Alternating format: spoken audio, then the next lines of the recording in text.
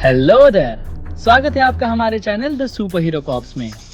अगर मैं तुमसे पूछूं बैटमैन का सबसे बड़ा सुपर पावर क्या है, पैसा, टेक्नोलॉजी या फिर ब्रूस वेन? डीसी कॉमिक्स ने इसी जवाब को ढूंढने के लिए बैटमैन को कम्प्लीटली रीबूट नहीं री इन्वेंट कर दिया। इस नए यूनिवर्स का नाम है एब्सोल्यूट यूनिवर्स और इस यूनिवर्स का पहला और सबसे पॉपुलर हीरो है एब्सोल्यूट बैटमैन।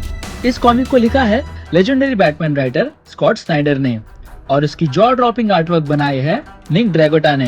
लेकिन सबसे शॉकिंग बात ये नहीं है, बल्कि ये है कि इस बार ब्रूस वेन बिल्कुल वही इंसान नहीं जिसे हम इतने सालों से जानते आए हैं। नॉर्मली ब्रूस वेन होता है गॉथम का billionaire, when manner, bat cave, Alfred, unlimited gadgets. लेकिन एब्सोल्यूट यूनिवर्स में सब कुछ उल्टा है। ब्रूस एक वर्किंग क्लास सिविल इंजीनियर है। वो क्राइम एली में बड़ा हुआ है, कोई मेंशन नहीं, कोई $1 बिलियन कंपनी नहीं, और जो भी गैजेट्स हैं वो खुद बनाता है। मतलब बैटमैन तो वही है लेकिन ब्रूस वेन बिल्कुल नया। और इसी पॉइंट पर एक सवाल खड़ा होता है, अगर ब्रूस वेन के पास पैसा ना हो तो क्या वो बैटमैन बन सकता है? जब ये कॉमिक अनाउंस हुई सबको लगा नो मनी मतलब वीकर बैटमैन, लेकिन हुआ बिल्कुल इसका उल्टा। ये बैटमैन पहले से ज्यादा ब्रूटल है, ज्यादा फिजिकल और सिर्फ देखने से इंटिमिडेटिंग लगता है। इसका physique almost super hero level का है। इसके चेस्ट पर जो सिंबल है वो सिर्फ लोगो नहीं है, वो एक जायंट बैटल एक्स बन सकता है। आर्मर हैवी है, स्ट्रीट फाइटिंग रॉ है और इस बैटमैन को देखकर लगता ही नहीं कि ये बिलियनर है, जो कि वो है भी नहीं। ये लगता है कि ये रोज सर्वाइवल के लिए लड़ता होगा। और अगर हम इस कॉमिक की बात करें तो सिर्फ ब्रूस वेन ही नहीं बदला है, पूरा गौतम उल्टा कर दिया गया है। जोकर अब एक बिलियनर है, ब्रूस पुअर है, अल्फ्रेड ट्रेडिशनल बटलर नहीं बल्कि एक एक्सपीरियंस M16 एजेंट है। ब्रूस क्राइम एली में बड़ा हुआ और कुछ विलन्स उसके बचपन के दोस्त रहे हैं। डीसी ने सिर्फ कॉस्ट्यूम ही नहीं बदले, रिलेशनशिप्स को भी रीराइट कर दिया। सरप्राइजिंगली फैंस को इस बैटमैन को चाहना उसका स्ट्रॉन्गर होना नहीं है, बल्कि ये उनके लिए रिलेटेबल है। इसके पास वेन इंडस्ट्री नहीं है, $1 बिलियन रिसोर्स नहीं है, हर गैजेट वो खुद बनाता है, हर प्रॉब्लम वो खुद सॉल्व करता है और फिर भी गॉथम को प्रोटेक्ट करता है।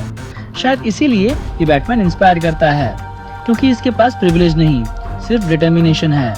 और ऑडियंस को ये कंसेप्ट इतना पसंद आया, उसकी प्रूफ सेल्स हैं। कॉमिक इंडस्ट्री में सेकंड प्रिंटिंग मिलना ही बड़ी अचीवमेंट होती है, लेकिन absolute Batman multiple printings close कर चुका है, मिलियंस ऑफ कॉपीज सेल हो चुकी हैं। इस कॉमिक ने अपनी जगह बेस्ट सेलर की लिस्ट में बना ली है। और ये सिर्फ कॉमिक रीडर्स का एक्साइटमेंट नहीं, ये प्रूफ है कि लोग बैटमैन को नए तरीके से देखना चाहते हैं। इतनी सक्सेस के बाद डीसी भी इस यूनिवर्स पर बड़ा बेट लगा रही है। इस कॉमिक की एनिमेटेड एडेप्टेशन डेवलप की जा रही है और सबसे एक्साइटिंग बात, इस प्रोजेक्ट में ओरिजिनल क्रिएटर का भी इन्वॉल्वमेंट होगा।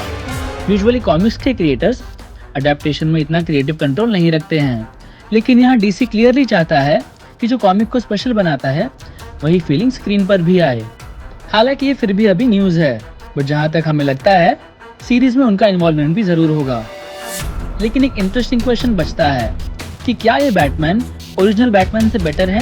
क्लासिक बैटमैन रिप्रेजेंट करता है फियर, प्रिपरेशन, टेक्नोलॉजी और लिमिटलेस रिसोर्सेज, और हमारा एब्सोल्यूट बैटमैन रिप्रेजेंट करता है होप, हार्ड वर्क, डिटर्मिनेशन और रॉ ब्रूटैलिटी।